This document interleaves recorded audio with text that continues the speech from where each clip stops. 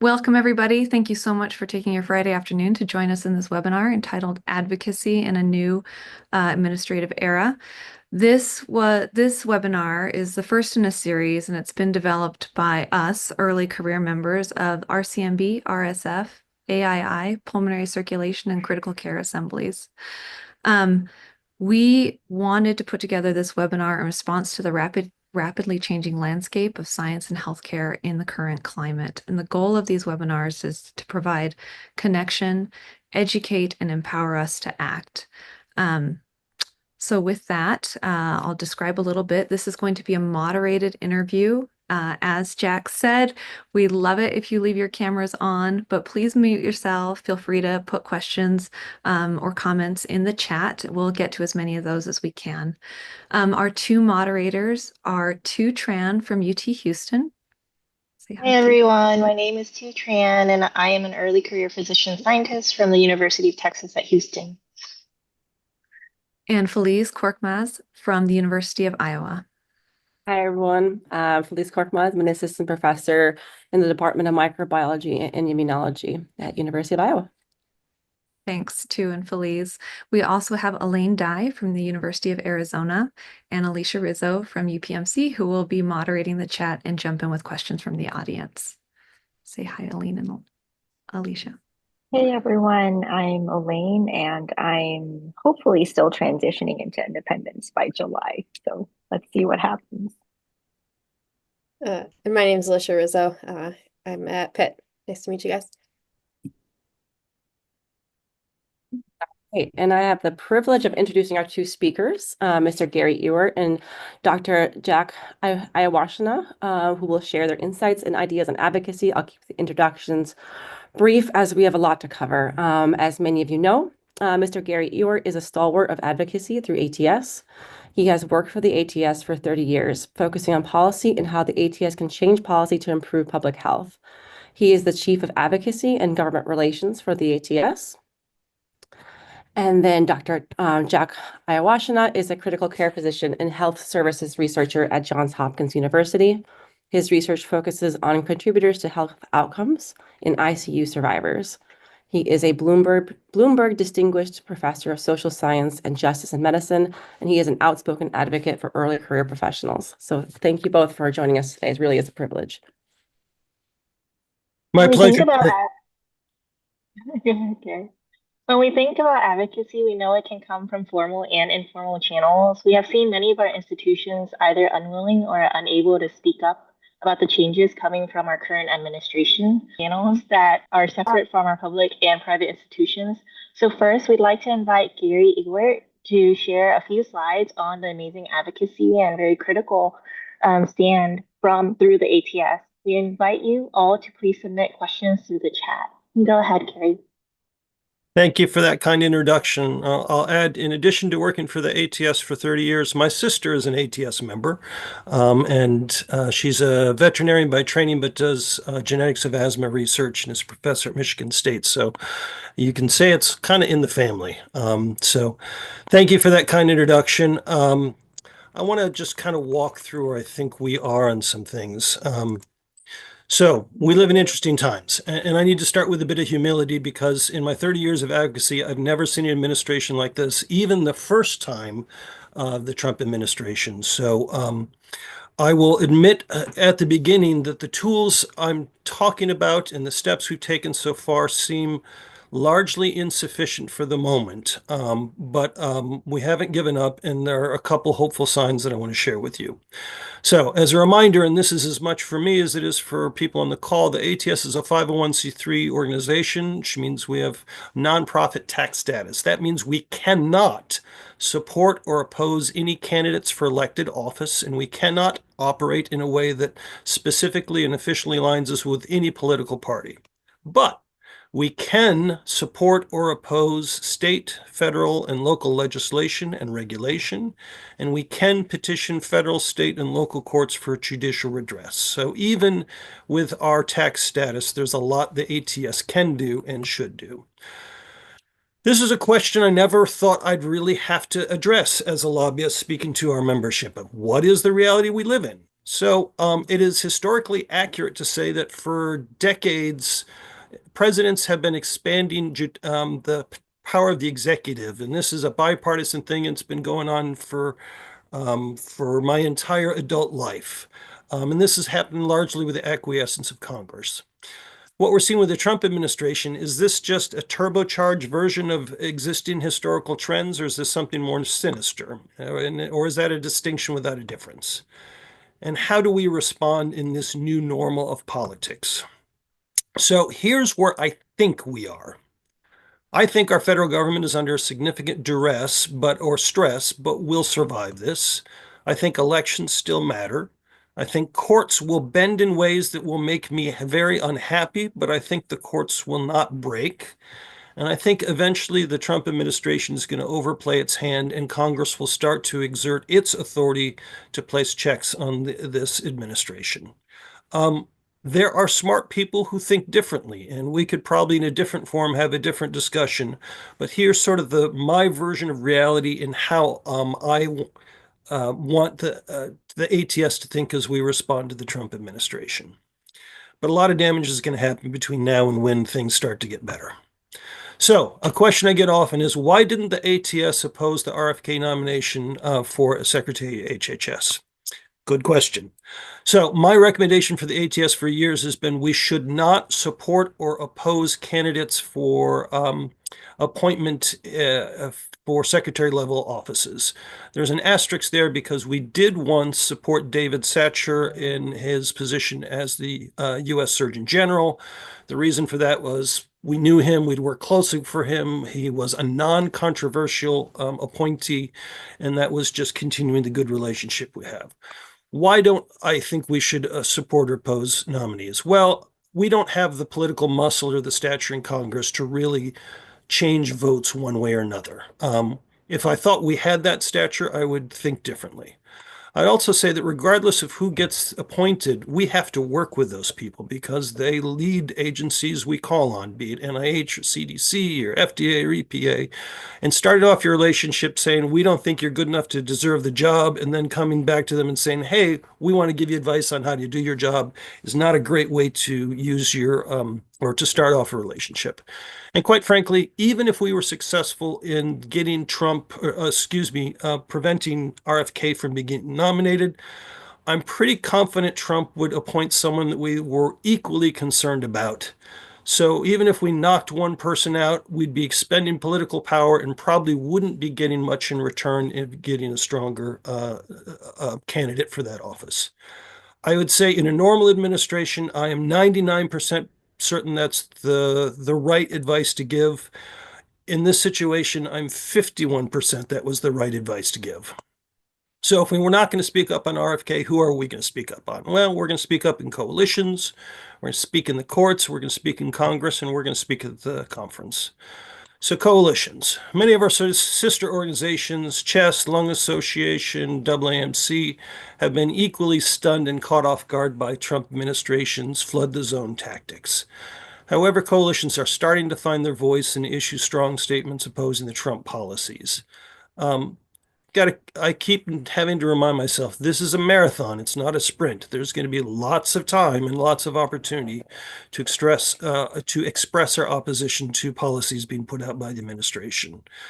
I would say our voice is amplified in coalition, and quite frankly, our vulnerability is reduced in coalition. I think it's not unreasonable to say this is a pretty vindictive president who's more than happy to use the power of the executive to punish perceived enemies.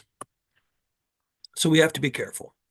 In courts, now, I'm sure you read the same newspapers I do and know that the courts have been pretty active in issuing temporary restraining orders on a number of federal activities, grant freeze, birthright citizenship, fork in the road, resignation, yada, yada.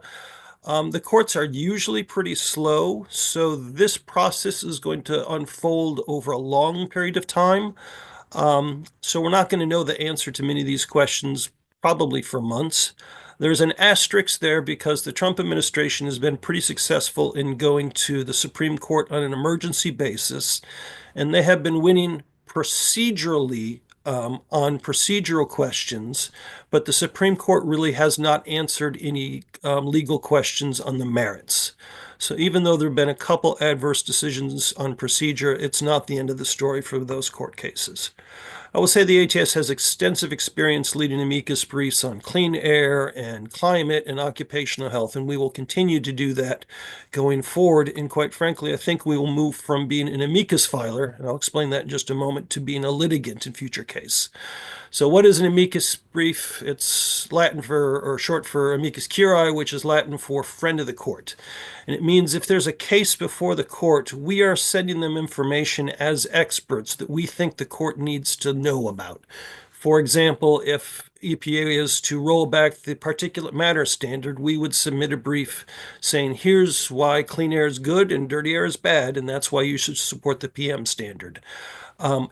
As an amicus brief, we cannot object, we cannot appeal, we have no standing in the case other than to share our considered expert opinion. And that's something the ATS will pursue with many of these court cases. But in the case of clean air and climate, I think we may jump from an amicus filer role to an actual litigant suing EPA and the administration for their failure to act on clean air and climate. So the courts have responded. We've gotten good response on NIH direct costs and selected federal filings and USAID contractor bills and continued grant funding. And I could go on and on with issues outside of the ATS scope. But the courts are responding. In Congress, well, the Democrats are certainly protesting Trump actions, but they don't have a plan. I hope they get a plan soon. I will tell you the Republicans really don't have a plan either. I've met with several members of staff in Republicans' office, and while many of them are cheering what's going on, many others are quietly just as shocked as the rest of us. And again, it's my hope and belief that eventually both parties will start to restrain the administration's authority once he's overplayed his hand. So what are some of the exact actions the ATS has taken? We've sent letters to the Senate Appropriations Committee and NIH about cuts. We've opposed USAID TB program funding. We've supported science. We have supported research funding. We've spoken about the value of VA and opposed VA staff cuts. We amplified the Stand Up for Science March on March 7th. I had my signs out there in DC. I hope you were out there as well. We put out statements opposing staff cuts. We've joined a letter supporting funding for FY25, which was just finished. We filed amicus briefs, and we did a letter talking about FY26 funding. Again, all these are tools that seem insufficient for the moment, but is my hope over time will start to gain some traction. And at the conference, there's going to be a special session called Sharing Stories of Advocacy and Impact in Challenging Times. The session will be on Monday, May 19th from 12:15 to 1:15, and will feature speakers who are actively engaged in pushing back against the attack on science. There's also going to be, for lack of a better word, a protest photo booth where we will have protest signs and a backdrop of the U.S. Capitol, and you can peruse through those signs to see which one speaks to you and take a picture of it in front of the Capitol and post on social media. Signs like "Got measles? Me neither. Thank you, science." Or "Defend science like your life depends on it, because it does." Cutting public health funding, that's a risk factor for disaster. There'll be signs on TB and tobacco control and Medicaid advocacy. We'll try to make sure that we're having a sign that speaks to just about all ATS members. So what's next? If you can't get stuff done at the federal level, we're going to pivot to the states. And we're already starting that. We've been working on fluticasone coverage for Medicaid patients for kids with asthma, supporting an Oregon bill to ban flavored tobacco products, opposing the creation of a cigar bar inside the Detroit Metropolitan Airport. And we're building out our portfolio on a number of issues. And then what's next in DC? Tax cuts. So the budget reconciliation bill is going to deal with a lot of major priorities. It's going to impact federal spending overall, probably about $1.5 trillion worth in cuts over 10 years. If the Republican majority gets their way. To reach that $1.5 trillion number, you got to cut Medicaid. There'll be cuts back in climate programs. There'll likely be Medicare reform. So that is a maybe not encouraging, but quick run through of things that are going on in DC and some of the steps the ATS is taking about it. Let me stop talking and start listening.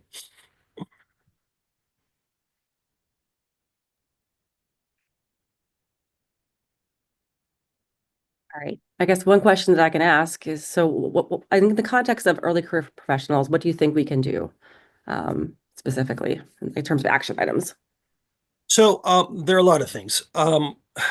This is going to sound unsatisfying, and it is unsatisfying, but picking up the phone and calling your member of Congress and saying the chaos that I have in my life that you guys are causing is unacceptable. You need to fix it. We need members of Congress to feel the pain, to feel the uncomfortable, to feel the wrath of the constituents of what's going on. I was actually pleased to hear so many people who are organizing this call aren't from California or New York or Massachusetts. Quite frankly, the ATS advocacy program has been successful talking to our friends for 30 years. So we could talk to the California delegation, the New York delegation, the sometimes Michigan delegation, and it was enough to get stuff done. The dynamics have changed now. We need to talk to people who aren't our friends yet. So that means we need to start talking to the South Carolina delegation and the Texas delegation and the Iowa delegation. So it probably won't be a satisfying conversation, but starting those relationships and finding spots where we can work together on small things so we can eventually work together on big things will be an important first step. That's really great, Gary, to hear about all the things that ATS is doing from us. I wanted to also ask Jack, besides from early career professionals using ATS as an outlet for us to kind of express our concerns and be heard, what can early career professionals do outside of ATS in order to advocate for ourselves and for our science? Yeah, thanks. It's a great question. It's a hard question because your lives are really full already. You're already, right? Most of your early career time was disrupted by COVID, where we said, just tough it out and it'll be fine, but I'm sure you guys can survive it. And then there was like maybe a couple weeks, maybe a couple months, depending on your counting. And now there's another institutional crisis where, again, most of our first institutional response is to say, hey, junior faculty, your life's hard. You need to tough this out. And of course, there's a sense in which that's true, but that's also entirely inadequate, right? And so part of what we need to do is help our institutions remember, particularly institutions of higher learning, that actually protecting senior faculty is not what these institutions exist to do. What they exist to do is to create safe spaces, effective spaces where next generations of learners can do. And this chaos that Gary's talking about is directly interfering with that core mission. So to my mind, there's sort of two pieces. Within ATS, it's worth remembering that actually, like, Gary works for us, right? So that like the ATS priorities and what are or not ATS priorities are determined by the membership through our elected officials. And so if there are parts of that that are not sufficiently responsive to you, there are mechanisms for you to provide feedback to our leadership, and or since elections are often carried out by relatively, shall we say, modest margins within ATS, just get yourself elected to leadership and help Gary craft messages that are important to you and that are responsive to these times. Second piece, I think, is really, as an early career person, helping to mobilize our civil institutions, our civil society, right? So going back to de Tocqueville, we've always understood that government is a central feature of American life, but is not, in fact, the defining feature of American life. Gary and ATS have talked powerfully and are showing both the strengths and the limitations of fundamentally consultative expertise in the context of an administration that certainly has actions that have authoritarian bent to them. Right, a lot of us will have been on the news today and noticed that the administration is asserting that they can't bring back the Maryland citizen they sent to El Salvador because he's in a foreign country, and how could we possibly do that? And that's not the sort of thing that a 501c3 is well structured to be able to provide. That's not what those institutions. It is the sort of thing institutions like universities, churches, foundational moral centers are provided. And that's a place where, as early career working professionals, you have extraordinary impact, right? For those of you who are part of faith communities, being able to speak as a young parent, as a young physician, as a young scientist, gets you very close to the front of the room very quickly to say, which of these are consistent with our values? As a young faculty, you can very effectively, hopefully, motivate senior faculty. We can talk about that more in a minute, to help mobilize the senior faculty to be less in their defensive posture about themselves and their institution, and more bring out the mama bear and the papa bear, who are exactly why we love these mentors, because we know they were loyal to their people, and help them remember that y'all are feeling unsafe. And that's not like a how are you feeling thing. That is an accurate assessment of the current scientific, and in some cases, literally walk to school environment.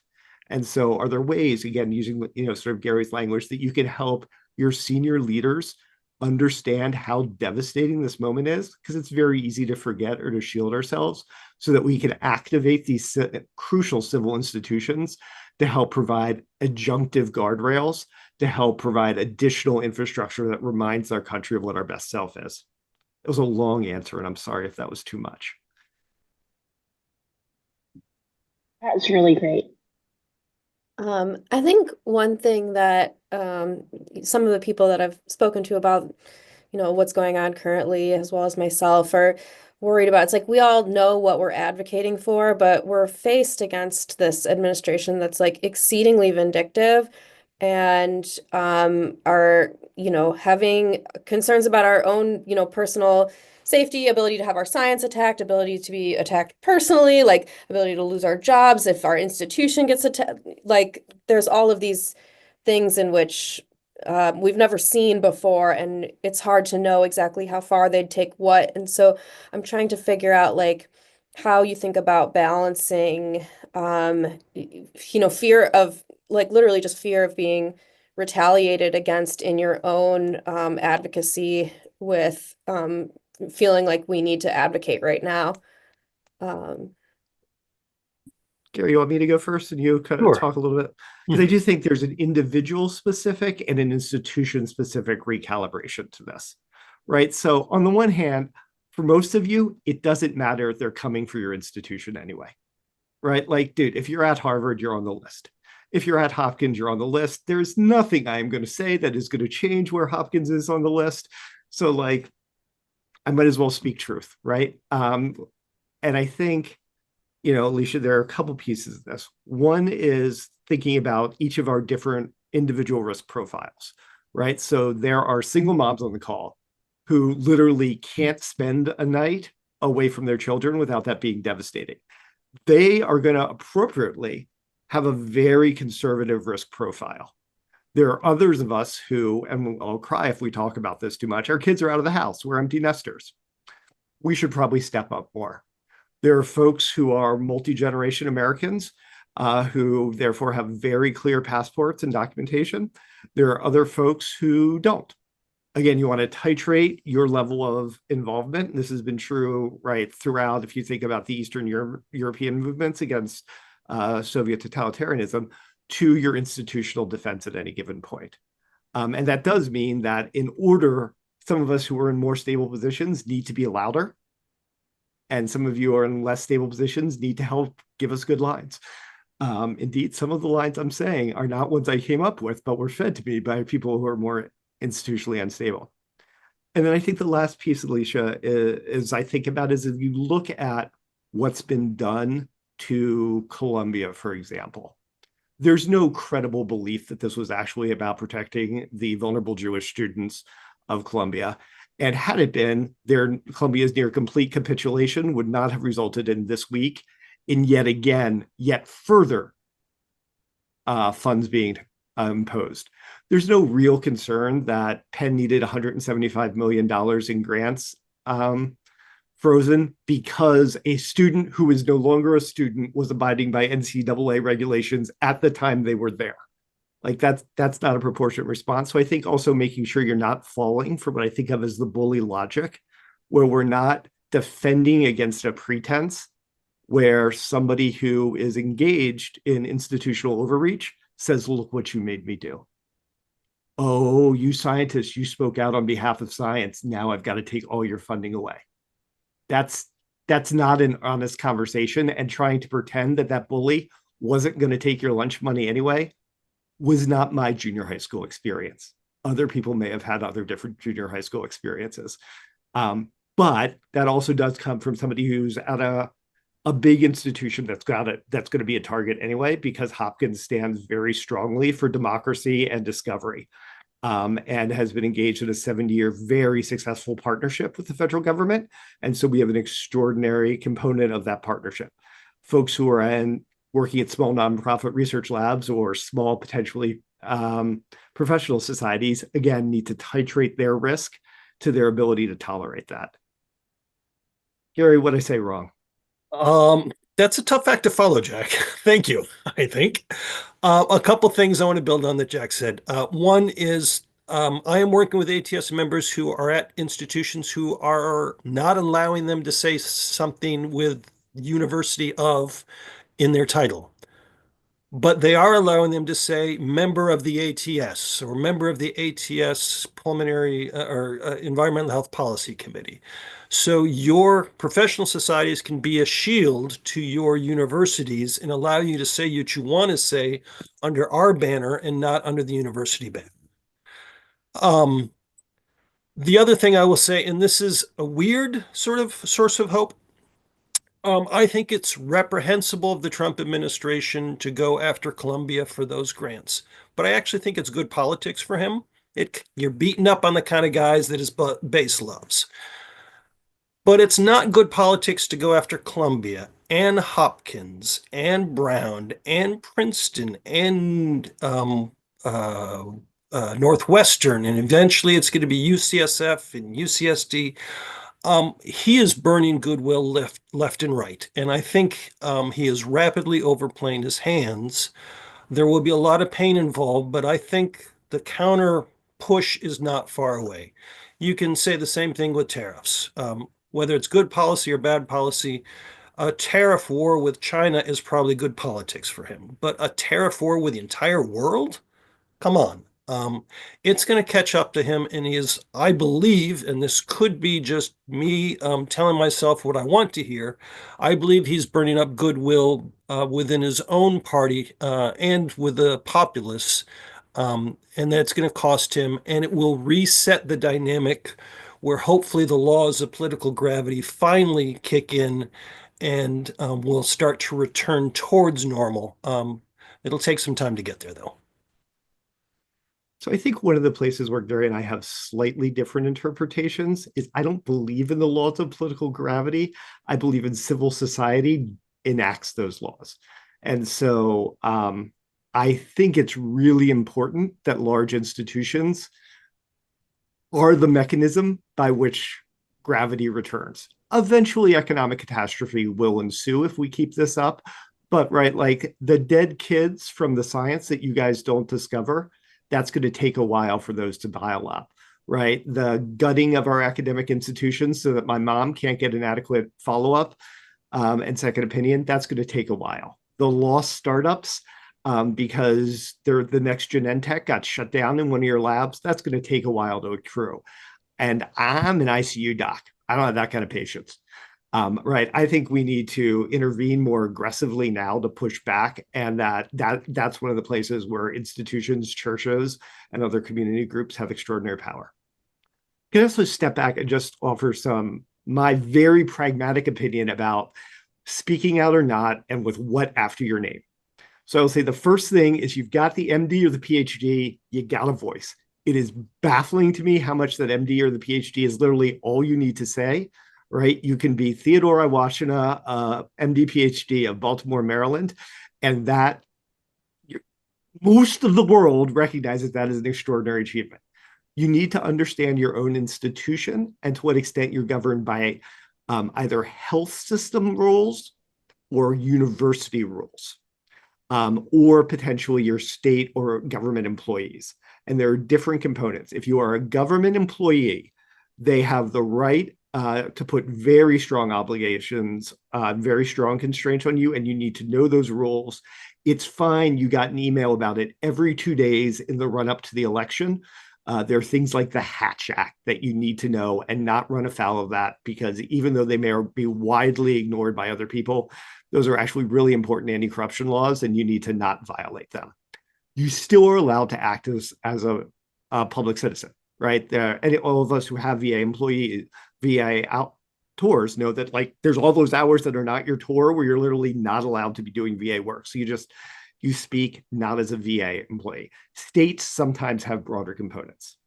If you're a university and you can speak on behalf of your university affiliation, remember 6 months ago when they were asking you about where was your impact, and just publishing in science journals isn't enough, and you got to have the impact. And what about the impact? Could we please have the impact? So you're just doing that, and you're just following the metric that they haven't updated, and speak with your university affiliation. I would say in general, most of you guys, if you said the most radical thing that you can think in your brain, by the time it comes out of your mouth, it's going to be very reasonable. And so don't overthink it. And within the general rules of, like, don't crime and don't advocate violence, which none of you are going to do anyway. Speak on your university behalf, and if they raise questions about it, say I'm speaking on behalf as a clinician or a scientist doing science and health policy, about which I have an international expertise, and literally part of my tenure promotion metrics is whether or not I do that. I would say the place that falls apart is once you accept a leadership position in your healthcare system. And so once you're at the division chief or departmental level, there is no presumed separation between you and the institution.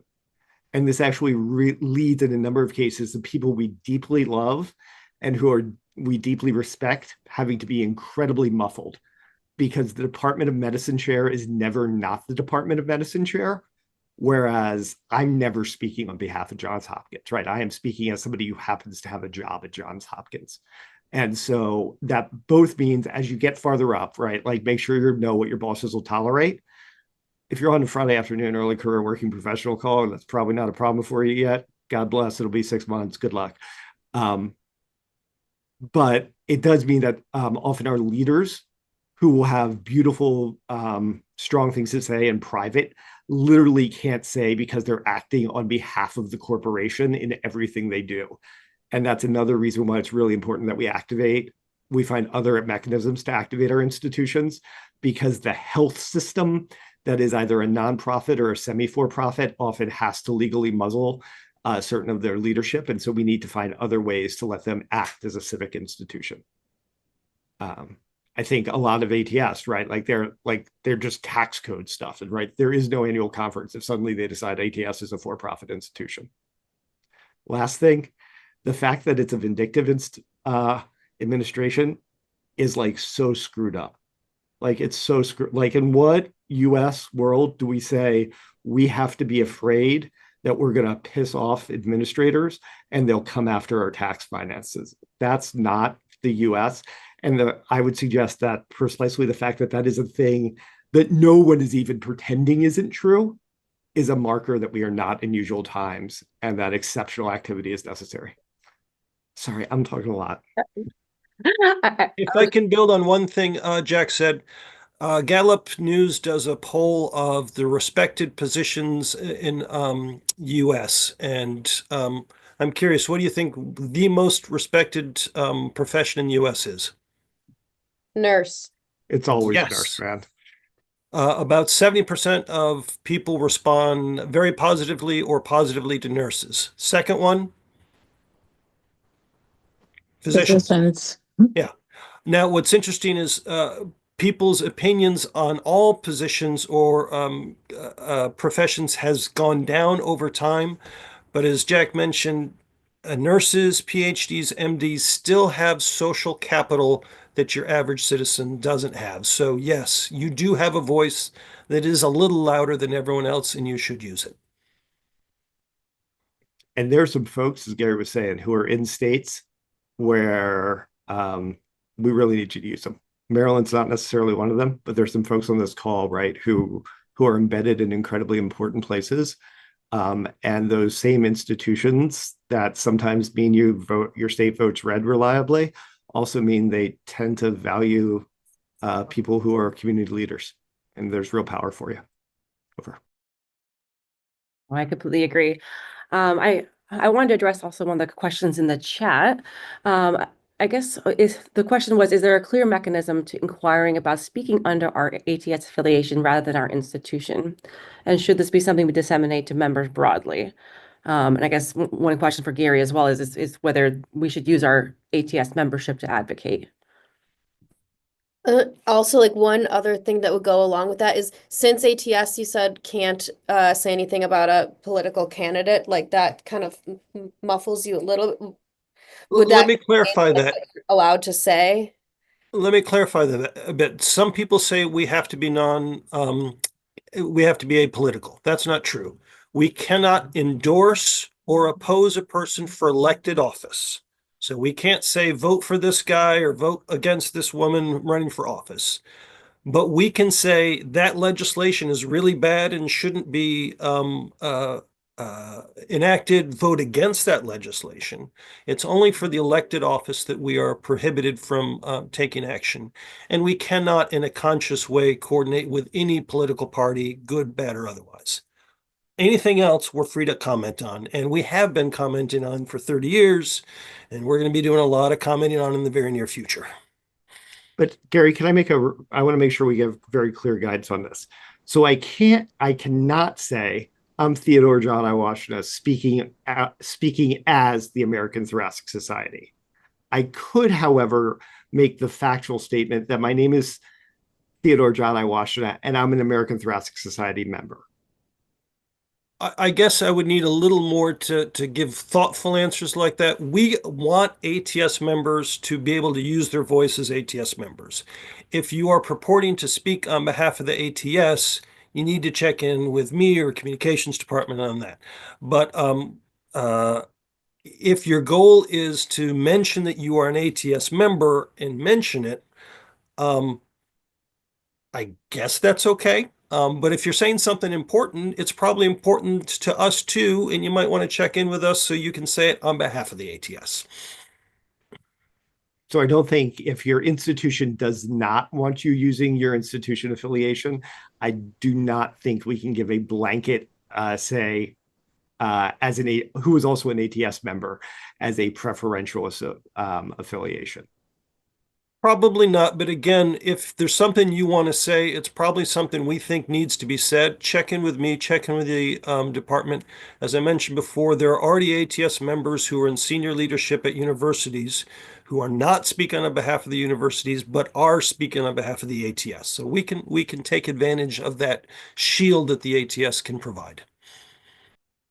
So maybe just change to a more general question, and in the context of what is advocacy in your minds? If you can provide some kind of a definition of what you think advocacy is.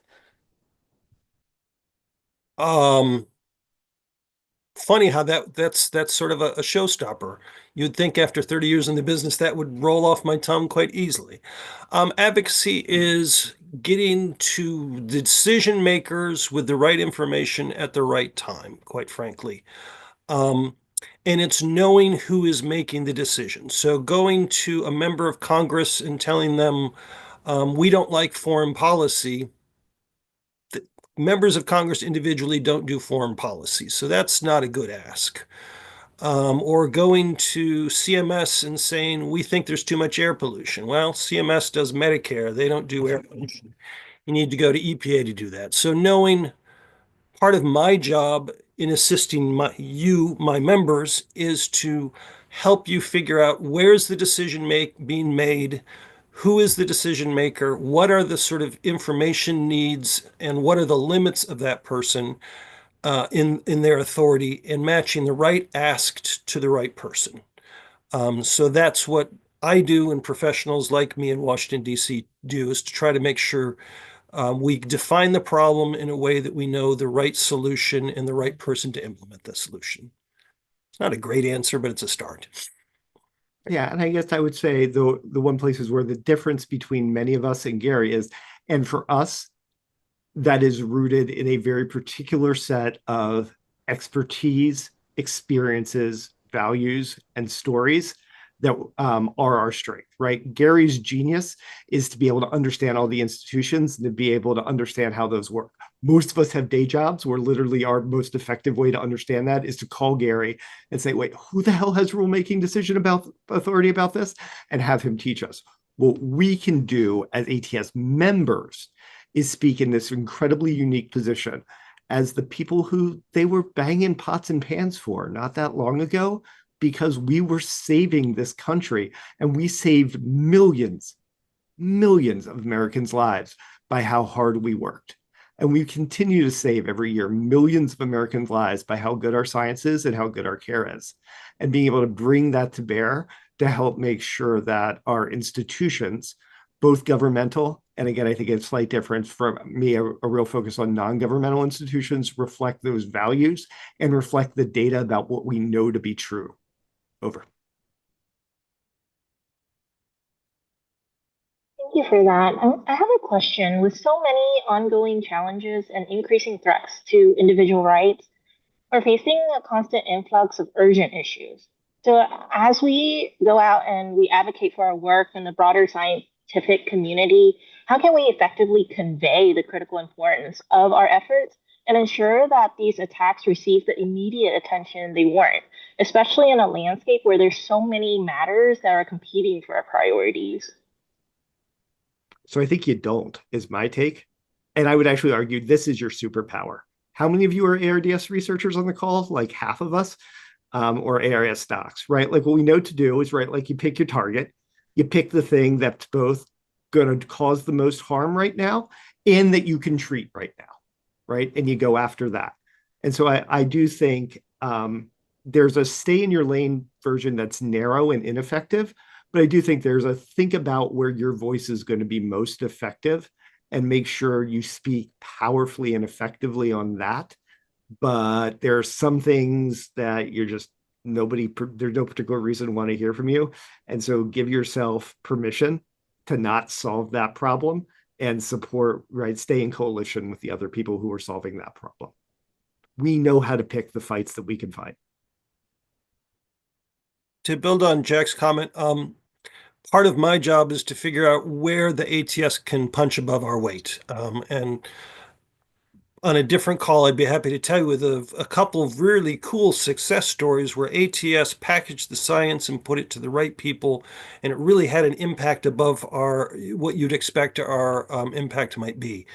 And part of my job is to sort of see those opportunities. Right now, we're probably the only medical group that cares about the MSHA, the Mine Safety and Health Administration silica exposure standard. And part of the reason I was late to this call was I was working with our lawyers for us to actually become an intervener in the case because no one else is going to fight that battle. So that's a case of where we have the expertise. Is it the most important issue to be fighting today? Probably not. But it is an issue that we can have an impact, and if we don't do it, no one else will.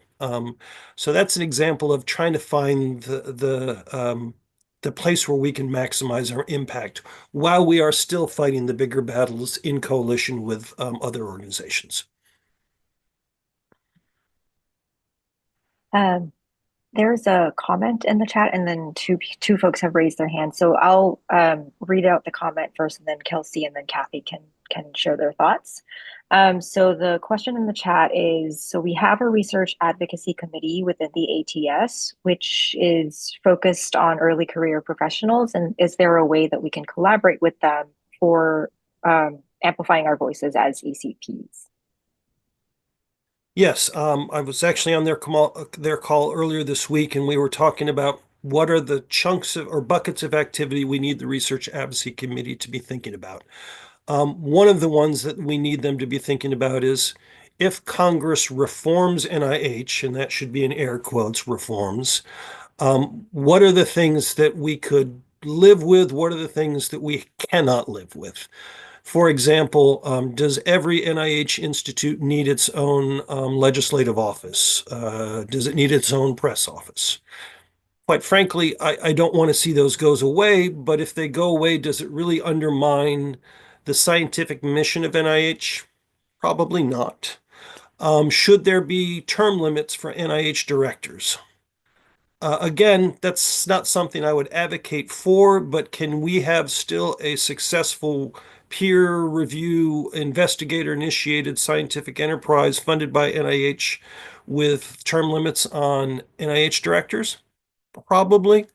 Where I get very uncomfortable is if there are any changes to the peer review process or in interjecting politics or non-scientific criteria in the peer review process.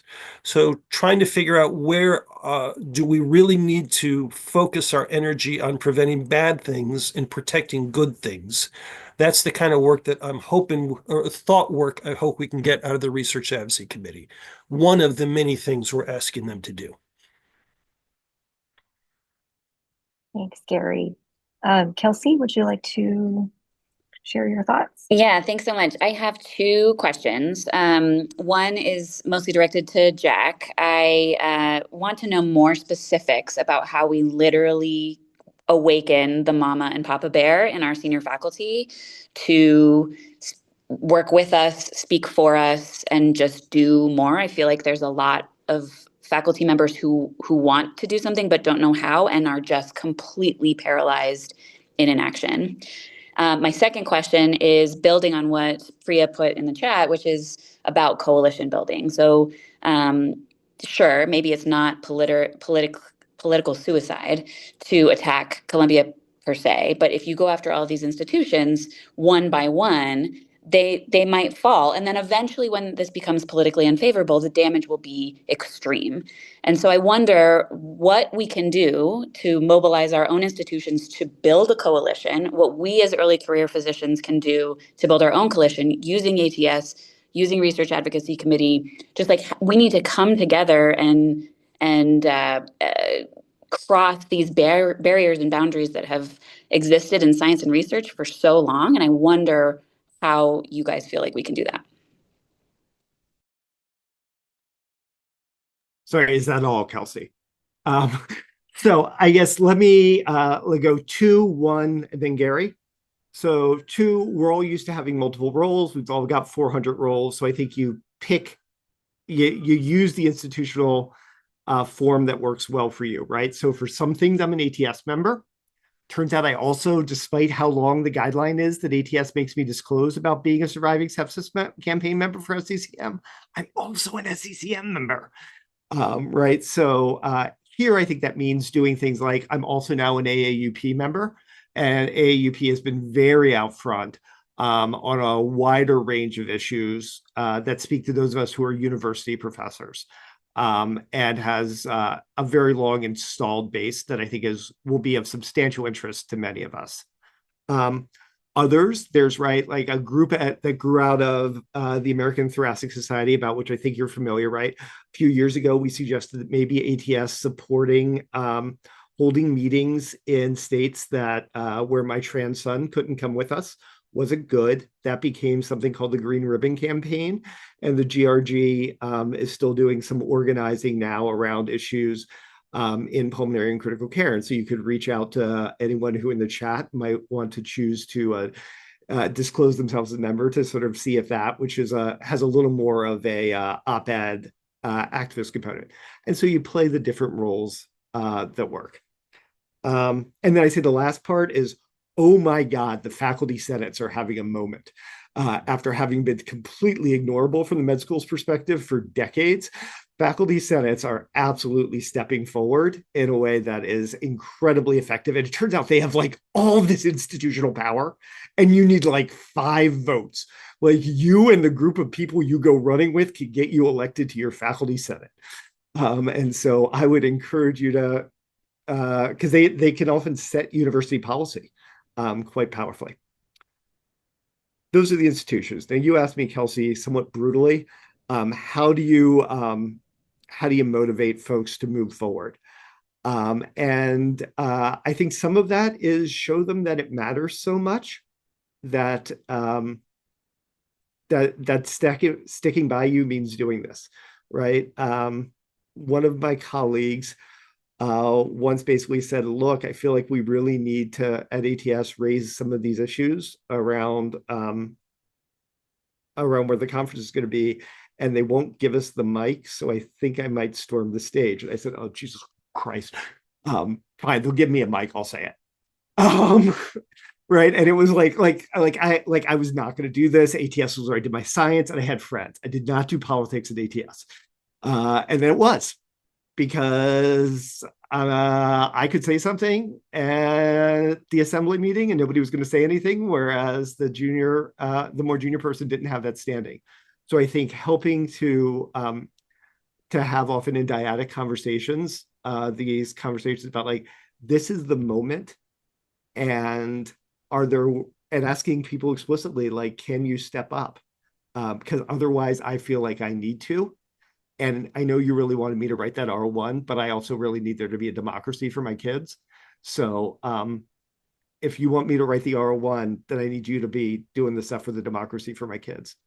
Now, I know Gary does not want me to lead from threat to democracy directly into him, but I'm going to anyway. We live in interesting times. So, Jack, that does not give me any pause that might give me. I've had on so many other issues that it kind of comes out in the wash. So, Kelsey, to your question about building coalitions and universities, I will say it's already happening. In a very perverse way, the administration's announcement that it was going to cut indirect costs to 15% was the wake-up call that all universities needed. Prior to that, many of them in organizations like the ATS were kind of thinking about maybe duck and cover is the way to go. That was not a shot across the bow. That was a shot below the water line. And everyone said, okay, we got to get ready. We got to build the coalitions. So I am literally meeting every week with people like me and sister organizations and university organizations. We're talking strategy. I would say we're all still flummoxed, like, this is not the system we grew up in. The tools that we use don't seem to be effective today. And a lot of our initial response is, can the courts help us out? And the courts are doing their job slowly, and I think eventually they're going to say, no, you can't take Columbia's money away and you can't take Johns Hopkins money away. But it's going to be months, and by that time the damage will be largely done. So I realize what I'm telling you is not a satisfactory answer. It's not satisfactory to you. It's not satisfactory to me, but it's an honest reflection of where we are, not where I hope we will end up. I guess I'm not sure it's as easy to break American society as they think it is. And I guess I'd say, well, this is a horrifying moment, and I am just shamelessly stealing this set of lines from our colleagues. Think about those of your foremothers who were the first person to get a job, or who wanted the 19th Amendment to pass to vote, or who were going to say things like, I don't know, maybe we shouldn't have slavery in the United States, or who in the 1960s literally took a bus down to Mississippi to enroll, to register Black folk to vote in this country, or who in the 80s set up shanty towns to lead to divestment of South Africa, or in the 80s and 90s completely changed in the course of about 6 years the way we thought about HIV, and led a set of initiatives that read HIV from being an unsustainable thing that was going to cause the collapse of society to sort of an amusing comorbidity that, like, honestly, half of you people who go to medical school barely learn about anymore because you just put them on Biktarvy and it gets better. Like, we have people with more at risk than us have fought through much harder moments than this, and have made our country and our institutions what they are precisely because of their willingness to stand up in those things. And it's a good time to do that. And remember, actually, as scary as this is, for many of us, not all of us, right? We talked about my colleague from Maryland, right, who's somewhere in El Salvador. But for many of us, right now, we have a motion where we can stand up and be counted in ways that will make our grandkids proud of us at relatively modest personal risk. And we should probably do that. Thank you so much, Jack and Gary. We want to get to our last question for the day to respect everyone's time. So Kathy, we saw that you had a question. Would you like to speak up? Yeah, so I'm one of those people that live in a place that is very right. And, when we try to contact our representatives, there's radio silence. I was wondering, Gary, and Jack too, in your experience in doing advocacy, what are your tactics when you have a representative that does not share your political views, that doesn't want to hear what you want to say? Are there particular methods of contacting them that are better? Are there particular issues that are best to focus on that might be? How do we know what might be the most effective approach? Where are you from, Kathy? University of Virginia. I'm in Charlottesville. All right, so you got two good senators to work with. My daughter went to UVA, yay. So you start small. Now, you don't want to hear me say start small because this is a really big moment that we're all struggling with. Part of my job is when I go to a member of Congress and say, okay, if you can't be with me on tobacco control, can you be with me on silica control? Or if you can't be with me on silica, can you be with me on funding research? All right, you're not with us on research, can be with us on clean air. Usually there is something that you can meet with a member of Congress on and find common ground. It might not be the most important issue to you. It might not be the biggest issue of the day, but is a way to start a long-term dialogue in relationship with that member of Congress. It's boring work, it's slow work, it's not easy work. But it can, over time, lead to small successes, which can lead to bigger successes. Again, that's not what you want to hear right now because the world seems like it's falling apart. And the fact that Gary is spending his time defending the silica rule seems kind of small, but it's kind of where the opportunities are. And that's what you're trying to do in working with someone who might not be your friend yet, trying to find somewhere where you can find common ground. Completely agree. I will also say they don't return my calls either. And so like the extent to which the sort of unidirectional non-responsiveness is the norms is, I think, just what the current somewhat broken state. So get an organization you can speak on behalf of. Speak on behalf of your church, speak on behalf of your school board, speak on behalf of Moms for Science, right? Like have some organization. And I do think actually the illusion of inevitability and the illusion of insurmountability is among the greatest forces currently stifling people. And so telling them like, dude, you can't screw the miners of West Virginia and make them just inhale silica, or you can't screw the mountain people of your great part of the state. Isn't it right? Like every setback's potentially useful in helping remember that actually we have organizations, that there are laws and there's the rule of law, and that executive orders are not in fact laws. They're a guidance to administrative organizations that have no binding power outside of those organizations or at other levels of government.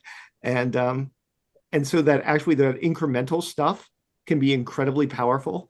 And again, you guys do smoking cessation, right? You know how you start, right? How do you do smoking cessation, right? You don't start by yelling at them, telling them that they have to change everything all at once.